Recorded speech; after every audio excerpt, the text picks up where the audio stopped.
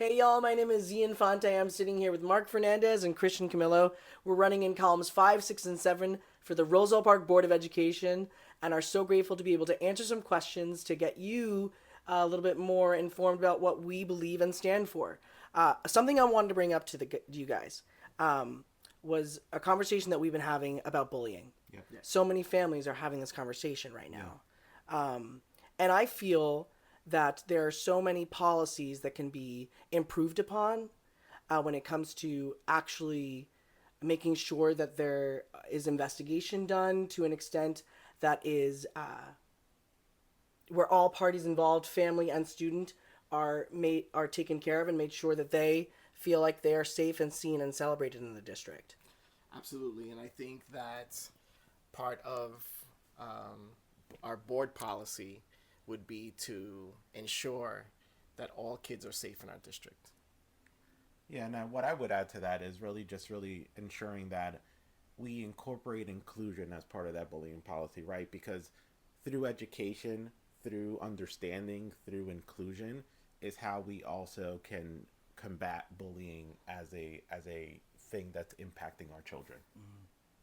I think as well, bringing programs into the district that talk about bullying. We recently had a bullying night at the high school, which was really great. Thank you for the current board to bring that. But I really think that those programs are going to help our kids and our parents when dealing with this issue. I think that's a I think that's a great point to make, both of you, and we just care about these kids and making sure that they feel that they belong, making sure that they feel like they are represented, and making sure that parents feel informed Yes. and kept in the loop about their safety practices in the district. So yeah, more to talk about when it comes to bullying. But I just wanna. Did you want to say something? Yeah, I just wanted to reiterate, part of the program talked about, the root cause, right? We're talking about root cause issues, not just, subsequent punishment, right? Right. It's about why are we getting to this point? And those are the things we, as a community, could come together and discuss. which which is why I kind of honed in on like the educational component of it, right? Because if we educate on each other on our differences and and how we can come together as a community and teach avoidance, like this is how we move forward. This is how we ensure that our kids are safe. This is how we ensure that our kids are having a positive experience at school. We want to make sure that we're having open conversations in our community, making sure that people feel heard, making sure that people feel that their voice matters. And we're here to remind you that it does. We're here to remind you that our board of education should be transparent about that communication and making sure that your voice is being heard. I think it's really important to recognize us as candidates, but us as people. Correct. You know, Yeah. I think one of the things you could change immediately on the school board is the time parents have to speak at the mic. The 3 minutes is not a universal time. It's the time that the board voted to have parents speak. I believe parents should have more time at the mic. I believe it's their time to talk to the school board and give the school board what they deserve. Right? Is a voice from the community. I also believe that more community members who attend school board meetings shouldn't be shooed away after the first 5 minutes. Right. I think people should understand how important those meetings are and what's being discussed. especially when our young people are in the room and Yeah. they can Correct. be taught Yeah. that Absolutely. service. Absolutely. So instead of having a certificate ceremony in the beginning, you have it at the end after you've had the school board talk about their budgets and what they're spending. And something else that we wanted to add to the discussion was talking about the physical health education curriculum that's been added in the last couple of years.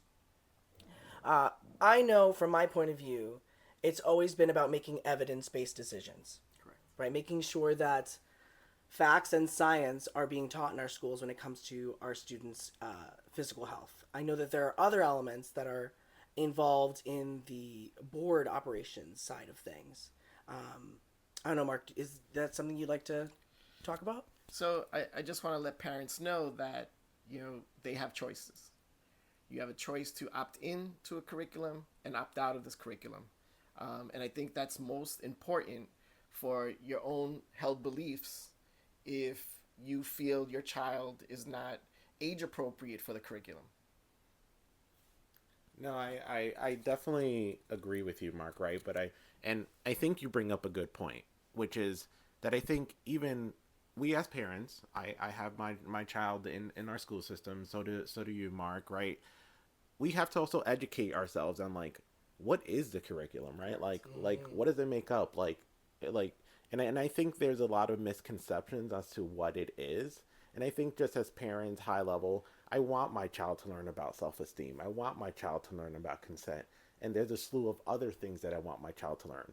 And do I think only the school is responsible and accountable? No, I'd like it, from my perspective, to be a conversation between me with support from our schools and our educators and vice versa, right?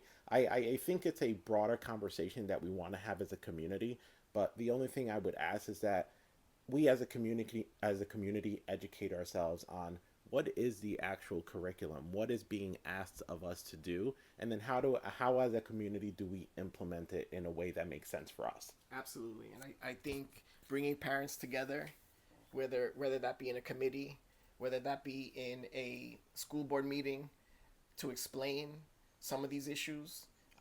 I think that, currently there is a barrier to communication between parents and the school board, and that's why we're here to make change.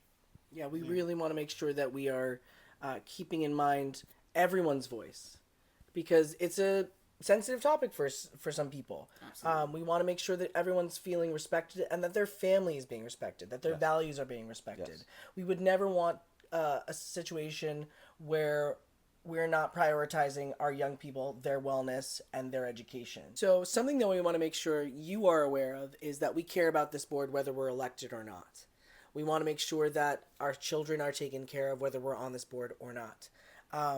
So there are certain things that we'd like to see this board bring to the table. And with your vote, these are things that we would like to bring to the table and improve upon. Yeah. Yep, correct. Yeah, I'd like to see board unity. I think over the last 3 years we've seen split votes, 5-4, which isn't good for kids, right? Those 5-4 decisions on the school board means that you have five decision makers and four people who disagree, but their voices are not being heard, and they represent town people as well. I think you have to have board unity. I think personnel decisions should not be made by board members, and I think that we need to continue that in our next board.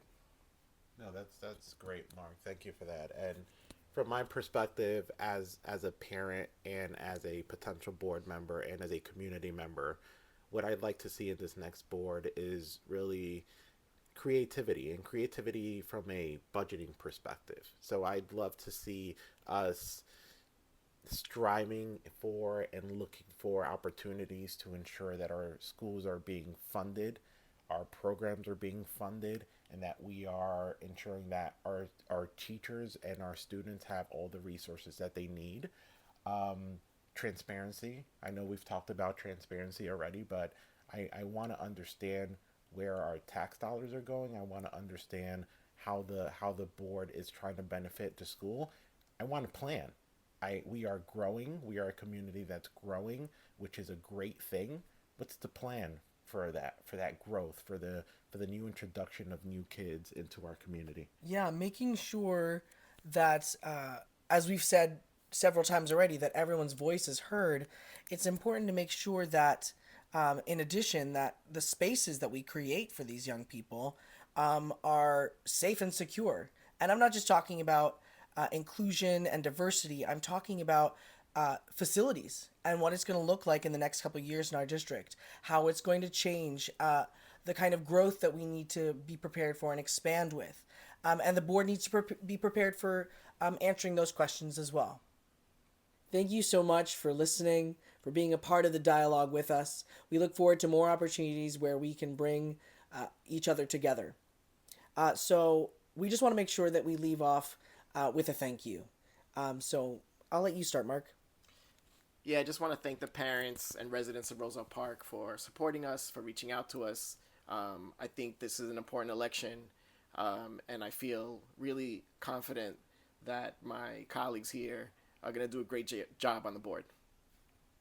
No, thank you for that, Mark. I've truly been inspired on this journey, especially with working with you too, as we've been looking to really get elected and get in the board and do something positive. But also to the parents and our community members and everyone that's been so open and honest about what they've seen in their experience and just been open to listening to us and to trying to understand how we can make things better. That's a big thank you to you, parents in the community. And again, just appreciate the support from everyone that we've gotten. Yeah, there's so much growth, there's so much change, there's so much expansion, and we are a coalition. We want to unite all of our community together. Whether you vote for us or not, we will represent you. We will hear your voice. And so we're running in columns 5, 6, and 7. You can vote early until this Sunday. You can get your mail-in ballot in as long as it is postmarked by Election Day. And Election Day is November 5th, 6 days from when this is being recorded. So we look forward to seeing you at the polls. Bye.